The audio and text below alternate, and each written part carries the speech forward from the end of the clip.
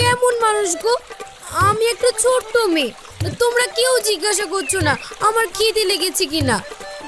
দুটো খেতে দাও না। তার আগে বলো তোমার কেমন ছেলে পছন্দ? এইরকম এইরকম ছেলে হলে আমি এক্ষুনি বিয়ে করে নেব। আচ্ছা আচ্ছা, আমি তোমার জন্য খাবার নিয়ে আসি। নবাব ভাই, এ মেয়ে কি বলে গো? আমার অনেক কাজ আছে।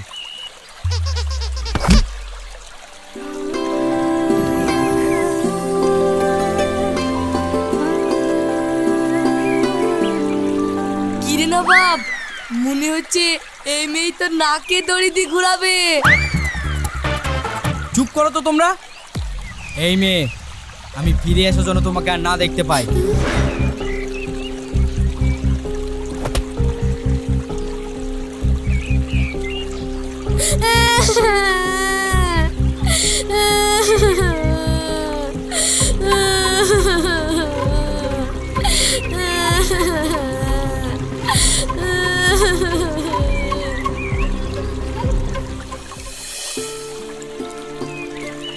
এই নাও ময়না, মুড়িগুলো খেয়ে নাও।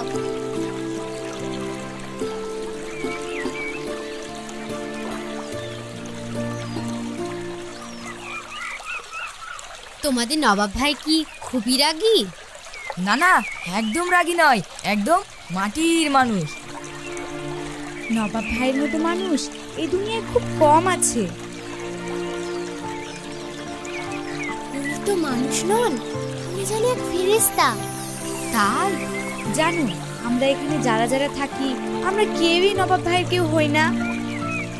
নবাব এক একজনকে এক এক রকম বিপদ থেকে উদ্ধার করে নিয়ে এসে এখানে রাখে। আজ নবাব ভাইয়ের জন্যই আমরা নতুন জীবন পেয়েছি। নতুনভাবে বাঁচার আশা আমাদের মনে এসেছে। তোমাদের নবাব ভাই এত ভালো? হ্যাঁ, নবাব ভাই না থাকলে সেদিন যে আমার কি হতো। বলো কবুল, বলো কবুল, বলো কবুল। এই হতচ্ছাড়ি মেয়ে, বল কবুল। না, আমি এ বিয়ে করব না। বিয়ে করবো না বললে হবে? বিয়ে তো তোকে করতে হবে। বল কবুল, বল বল বল বলছি, বল বল বল বল বল বলছি, বল বল। থামুন, নবাব।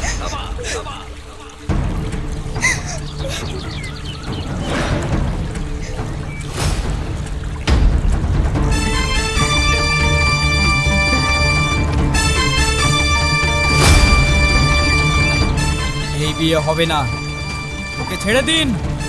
হবে না মানে? কে আটকাবে আমাদের বিয়ে? নবাব, নবাব, নবাব আটকাবে। নবাব কে রে তুই? কোন অধিকারে এইখানে এসেছিস? একজন ভাইয়ের অধিকারে। ও আমার বোন আর আমি ওর ভাই, সেই অধিকারে। তাড়াতাড়ি এখান থেকে ভাগ, তা না হলে আমি যদি তোদের তাড়াতে যাই পায়ে হেঁটে যেতে পারবি না, বুক দিয়ে ছ্যাঁচড়াতে ছ্যাঁচড়াতে যেতে হবে।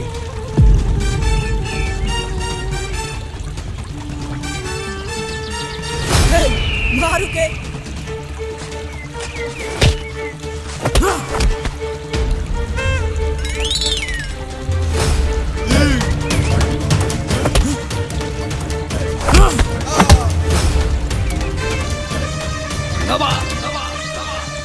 পালা।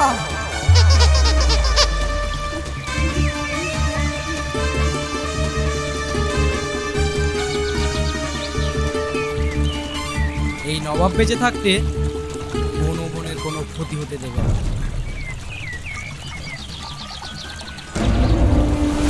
তুমি যখন আমাকে বোন বলে ডেকেছো, এই বোনের দায়িত্ব তুমি নাও ভাই।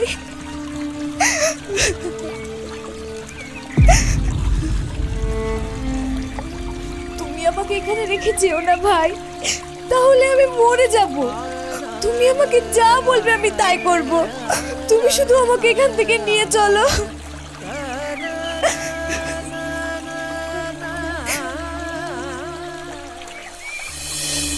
তারপর এখানে এসে নবাব ভাই সাকিবের সঙ্গে আমার বিয়ে দিয়ে দেয়।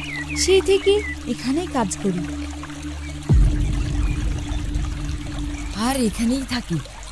আমার মনে হয় না কোনোদিন এখান থেকে আমরা যেতে পারবো। আর তোমার কি হয়েছিল? আমি খুব খারাপ মানুষ ছিলাম। জুয়া খেলায় সব হেরে গিয়ে অনেক ধার হয়ে গিয়েছিল।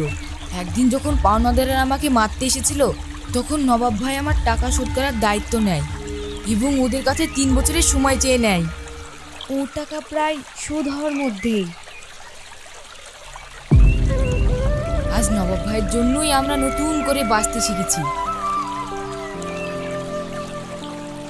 এই চলো চলো, অনেক বেলা হয়ে গেল, দুপুরের খাবারের ব্যবস্থা করতে হবে তো। আমিও যাই, ঘাসগুলো কেটে গরুগুলোকে গা ধুয়ে নিয়ে আসি। চল শিখা।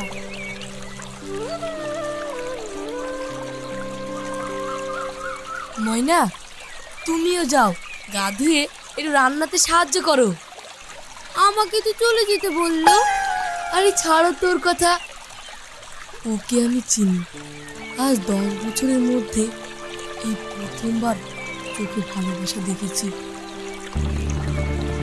কাকে ভালোবাসি? তোকে রে ছুরি, তোকে। যা চান করে আয়। হ্যাঁ যা।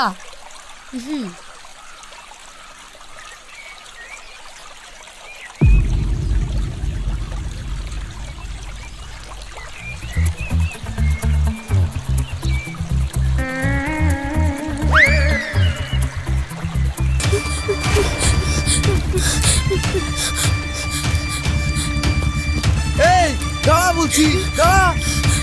থাম, এই থাম বলছি, থাম। দাঁড়া বলছি, দাঁড়া।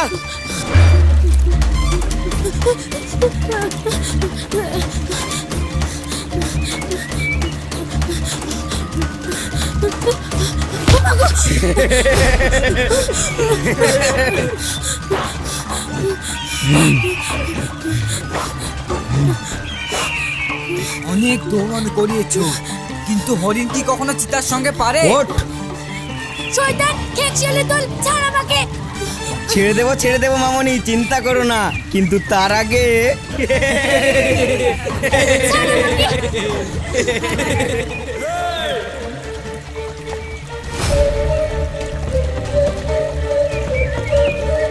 কে রে?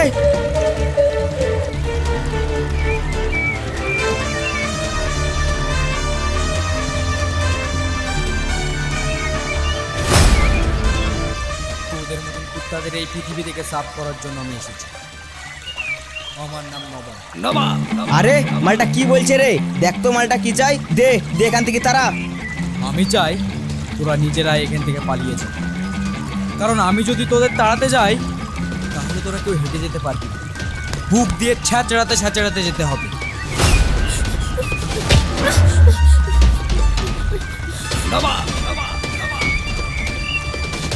ওই মার শালাকে।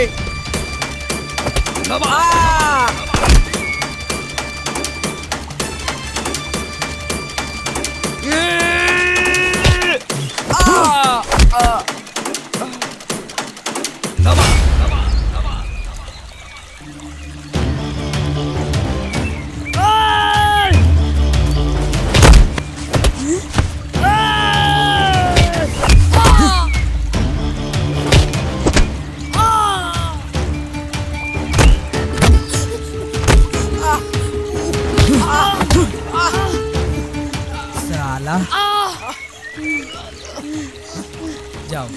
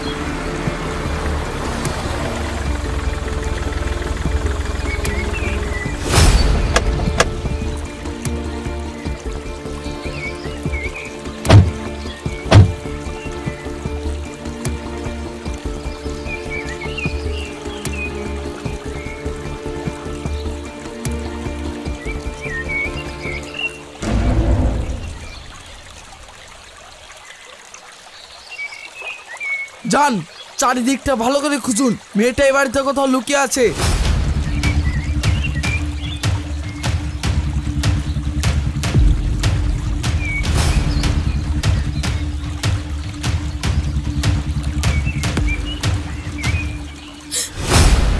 পুলিশ?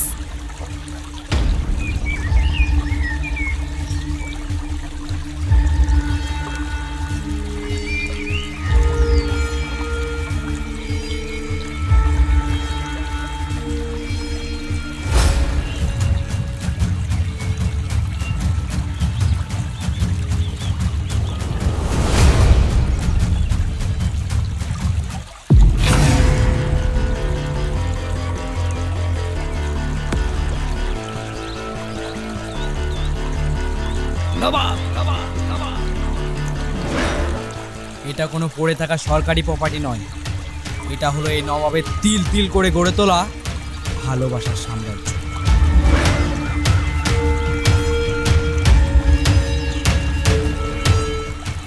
এখানে আমার অনুমতি ছাড়া একটা পাখিও ঢুকতে পারে না। আর আপনি মেয়ের কথা বলছেন?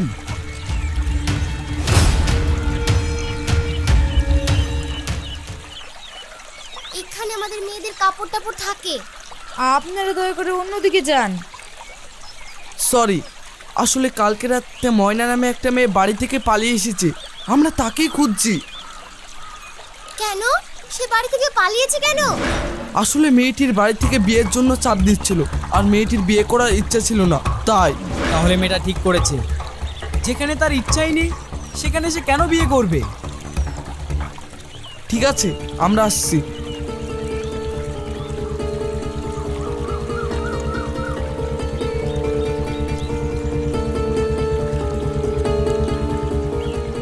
এই মেয়ে, এসো। তাড়াতাড়ি বেরিয়ে এসো বলছি।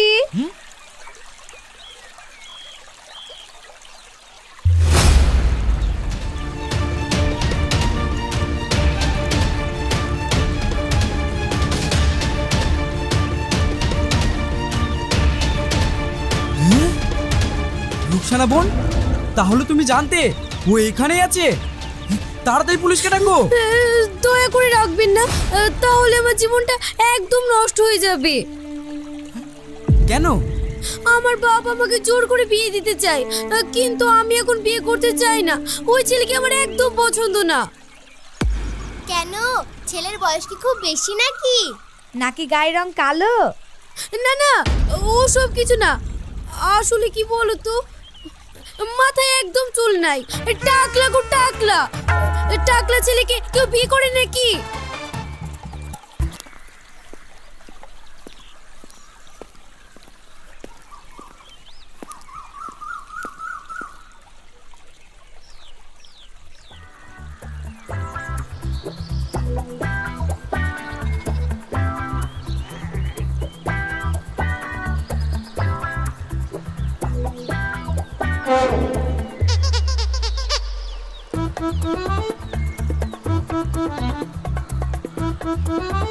কিছু খুঁজছো নাকি?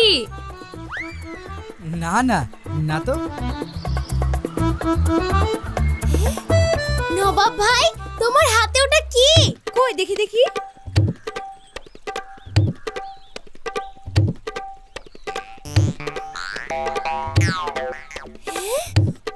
ও মা, চুড়িদার কার জন্য? ওই আসার সময় মনে হলো ময়না তো কিছুই আনেনি, কি পরবে, তাই জামাটা আনলাম। তা ভালো করেছো বাপ, কিন্তু এখন এটা পরবে কে? থাক, কাউকে পড়তে হবে না। যার জন্য আনলাম সেই যখন নাই। না না, সে নাই তো কি হয়েছে, আমরা তো আছি। তুমি এত কষ্ট করে এনেছো। না, তুমি ওটা পরবে না, তোমার জন্য অন্য একটা এনে দেবো। তুমি ওটা পরবে না। কি ব্যাপার ভাই, একদিনে মেয়েটার প্রেমে পড়ে গেল নাকি? কি যে বলো বোন। রোকসানা ঠিকই বলেছে, তোমার চোখ মুখে বলে দিচ্ছে তুমি ময়নাকে ভালোবেসে ফেলেছো। যাই, হাত পাটা ধুয়ে নি। সানিয়া বোন, গামছাটা দিও তো।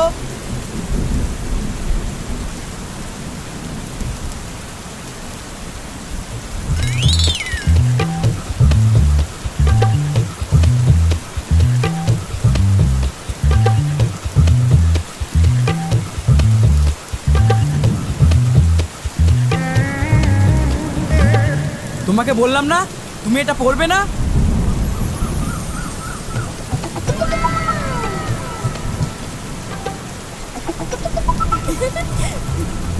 তুমি, ওরা যে বললো তুমি চলে গেছো। ভাগ্যিস যায়নি, যদি চলে যেতাম তাহলে কি করে জানতাম তুমি আমাকে এত ভালোবাসো। চলো আমরা বিয়ে করে ফেলি। তুমি তো আচ্ছাই মেয়ে, সকালে দেখা, দুপুরে প্রেম, আবার দুপুর গড়াতে না গড়াতে বলছো বিয়ে। হ্যাঁ, দেরি করে লাভ কি, চলো তাড়াতাড়ি বিয়েটা করে ফেলি, তারপর দুজনে মিলে একসঙ্গে মানুষের সেবা করব। তুমি এই কাজে আমার সঙ্গ দেবে, আমার পাশে থাকবে। তুমি যে কত বড় কাজ করছো তুমি নিজেও জানো না। এই কাজে তোমার পাশে থাকতে পারলে আমি নিজেকে ধন্য মনে করব।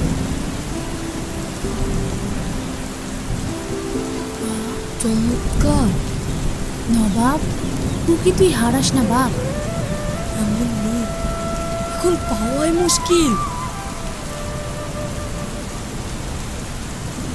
সত্যি ময়না, তোমার মন অনেক বড়। তাহলে আজ থেকে তোমাকে ভাবি বলে।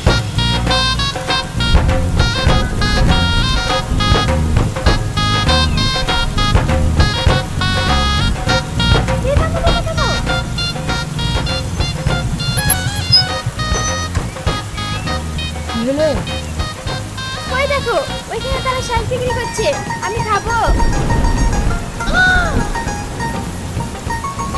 তোমাকে কোথাও লিখে শান্তি নাই, যেখানে যাবো সেখানে তাল খেতে হবে।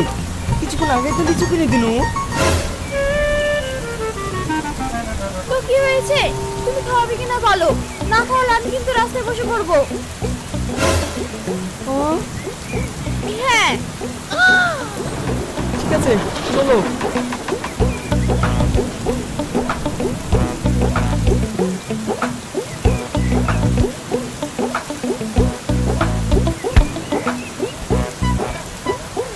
ও ভাই, কাল শাক কত করি? 7টাতে 20 টাকা। ও ঠিক আছে দাও। ঠিক আছে দাঁড়াও, কে দিচ্ছি।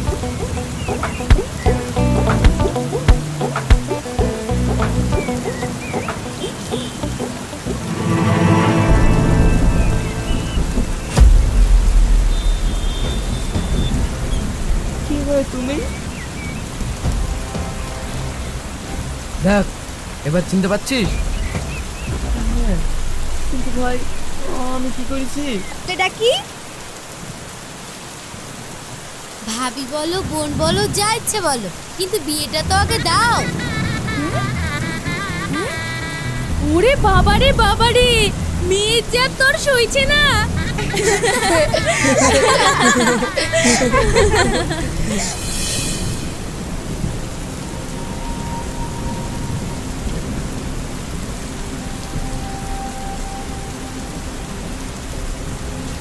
কি হয়েছে? এমন উদাস হয়ে বসে আছো কেন বাপ? ভাই, তোমার কি হয়েছে আমাদেরকে বলো। তোমাকে বলতে দেখলে আমাদের খুব কষ্ট হয়।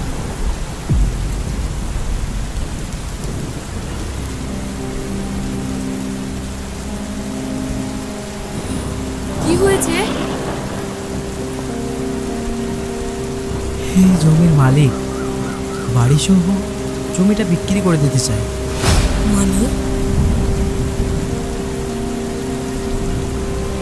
এতদিন তো এটা আমরা ভাড়া দিয়ে থাকতাম, জমির মালিক আর এটা রাখতে চাইছে না, তাই আমাকে বলেছে এই জমিটা বাড়ি সহ কিনে নিতে, না হলে অন্য কাউকে বিক্রি করে দেবে।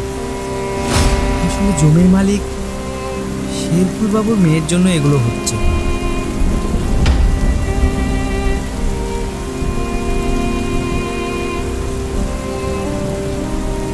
কেন, ওনার মেয়ের কি হলো? সেটা ওদের ব্যক্তিগত সমস্যা। আমি ভাবছি এখন এতগুলো টাকা আমি কোথায় পাবো? জায়গাটা না কিনতে পারলেও তো আমরা সবাই কোথায় যাব?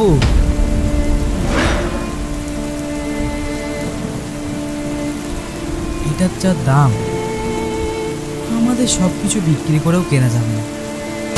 তাহলে কি হবে এখন? আচ্ছা, শেরপুর সাহেবের বাড়ি কোথায়? মামদপুর। কিন্তু তুমি জেনে কি করবে? না, এমনি জিজ্ঞাসা করলাম। তুমিও তো চিন্তা করো না ভাই, যা হবে দেখা যাবে। আমরা যখন সবাই একসঙ্গে আছি তখন যা হওয়ার ভালোই হবে।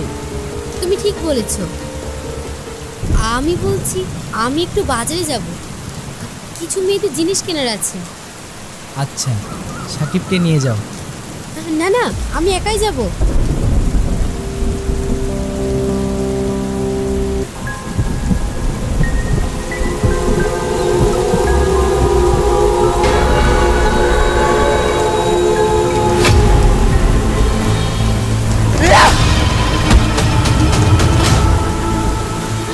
কে তুই? আজকে শেষ করে দেবো।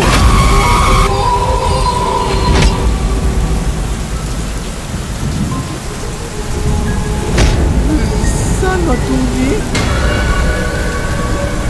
আমাকে বই পড়ে দেখাচ্ছ কেন? কি হলো, কথা বলছো না যে? তুমি আমাকে এভাবে টাইনার নিতে এসেছিলে কেন? সালমা, সালমা, তুই কথা বলছি না কেন? সালমা,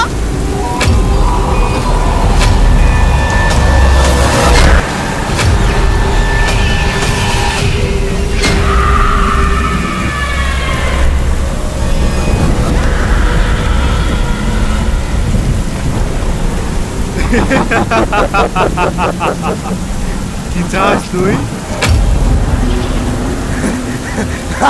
আমি আমি অমরত্ব চাই প্রভু, আমাকে তুমি অমর করে দাও।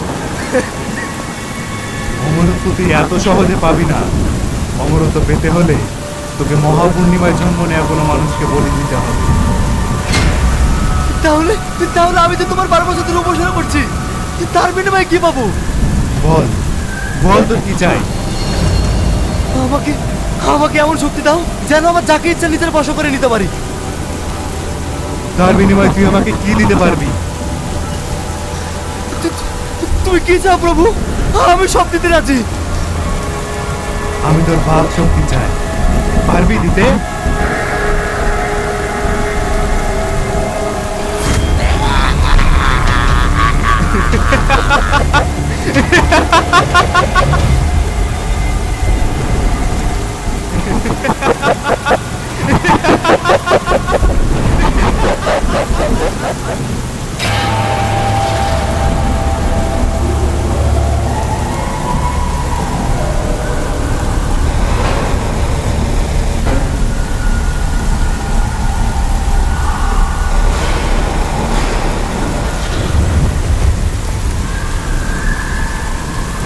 তোর এত ক্ষমতা তো আমার বন্ধুদের মতন আমাকে বশ করিসনি কেন?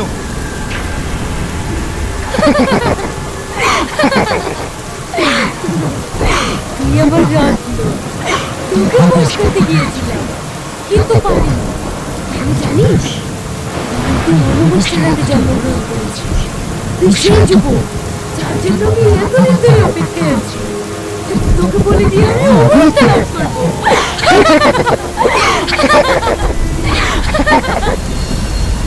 যদি আমাকে বলে দি তোর মনোকামনা পূর্ণ হয়, তাহলে আমার বন্ধুদেরকে বন্দি করে রেখেছে কেন?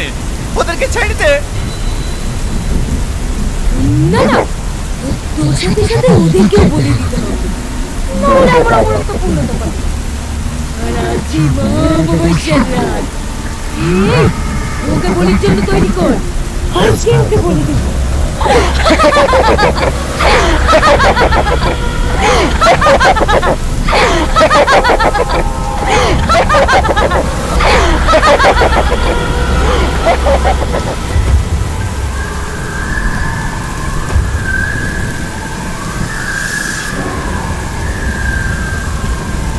আমি তোদের কাউকে বাঁচাতে পারলাম না, আমাকে ক্ষমা করে দে। এই খাল চন্ডল সবাইকে শেষ করে দেবে।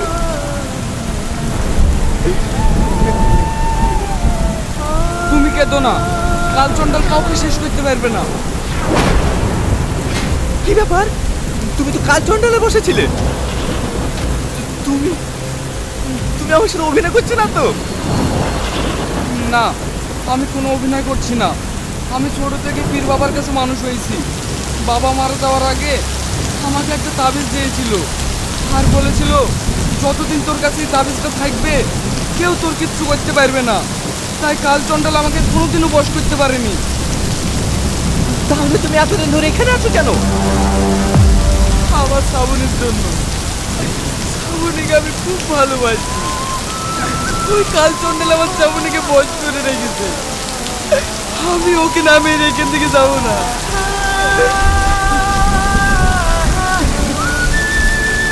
তুমি কেঁদো না ভাই, আমি তোমার সঙ্গে আছি।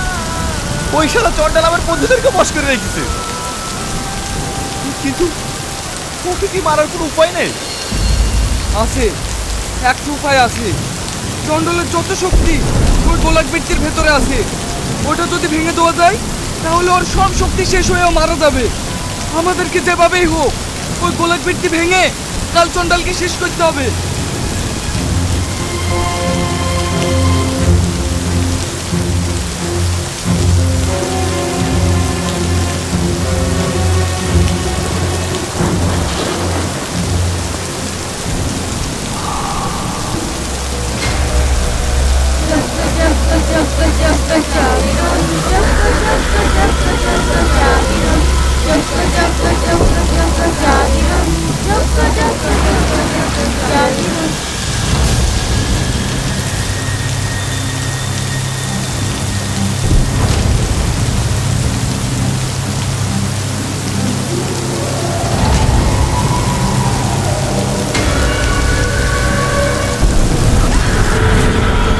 হ্যালো গাইজ, আসসালামু আলাইকুম। আশা করি সকলে ভালো আছেন।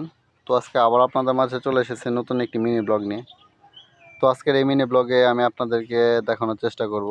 এই যে দেখতে পাচ্ছেন, এটা কিন্তু পান পাতা গাছ, এটা কিন্তু পানের পাতা দেখতেই পাচ্ছেন। তো আজকে এই পান পাতা সম্পর্কে আমি বিস্তারিত আলোচনা করব এই ছোট মিনি ব্লগটিতে। তো পান পাতা কিন্তু চাষাবাদ কিন্তু একটি লাভজনক ব্যবসা, এটা কিন্তু আপনারা সকলেই জানেন।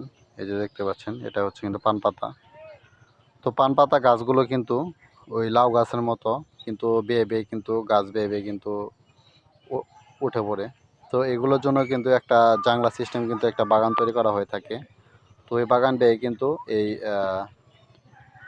পান পাতা গাছগুলো কিন্তু বেয়ে বেয়ে কিন্তু উপরে চলে আসে, এবং এই পান পাতাগুলো যখন বাড়তি হয় তখন তারা এগুলো কেটে কিন্তু সংগ্রহ করে থাকে। তো পান পাতা চাষি এটা কিন্তু একটি লাভবান ব্যবসা, কারণ হচ্ছে পান কিন্তু আমাদের বাংলাদেশে প্রায় হচ্ছে 50% লোকই কিন্তু পান কিন্তু খায়। তো এবং পানের কিন্তু দাম কিন্তু দিন দিন বেড়ে চলেছে।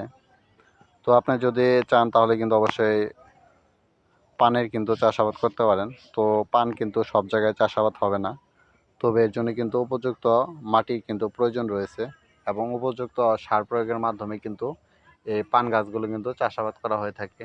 তো এই যে দেখতে পাচ্ছেন, এটাই কিন্তু হচ্ছে পান গাছ। তো পান গাছে কী কী সার প্রয়োগ করতে হয় এবং এটা কোন মাটিতে ভালো জন্মে এ সম্পর্কে আমি একটি বিস্তারিত আলোচনা করব আরেকটি মিনি ব্লগে। তো পান কিন্তু একটি লাভবান ব্যবসা, পান চাষ করে কিন্তু অনেকেই কিন্তু লাভবান হয়েছেন। তো আপনি যদি চান তাহলে কিন্তু অবশ্যই আপনি পান চাষাবাদ করতে পারেন। তো বন্ধুরা, যারা আমার এই চ্যানেলের ব্লগটি দেখছেন তাদেরকে অসংখ্য অসংখ্য ধন্যবাদ। আপনাদের মাঝে আবারও দেখা হবে নতুন কোনো ব্লগে। তো সকলে ভালো থাকবেন। আসসালামু আলাইকুম।